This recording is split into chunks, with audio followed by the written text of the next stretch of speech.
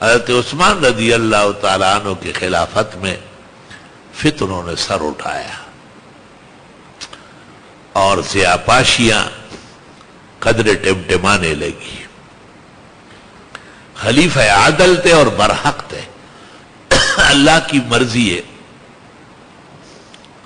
بخاری شریف میں ہے کہ حضرت مدینے سے باہر ایک کنویں کے کنارے بیٹھے تھے. ٹھنڈی ہوائیں تھی, ٹھنڈی جگہ تھی.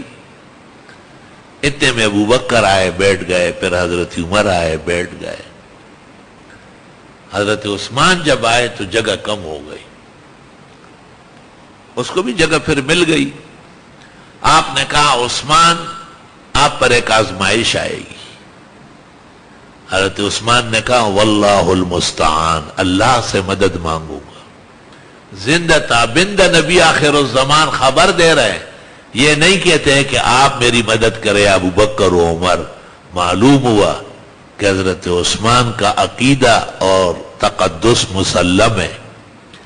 اور پھر فرمایا اے عثمان اس بلوہ اور آزمائش سے آپ خیریت سے رخصت ہوں گے. چنانچہ حضرت عثمان نے جان دے دی لیکن لوگوں کے خلاف کوئی کارروائی نہیں فرمائی.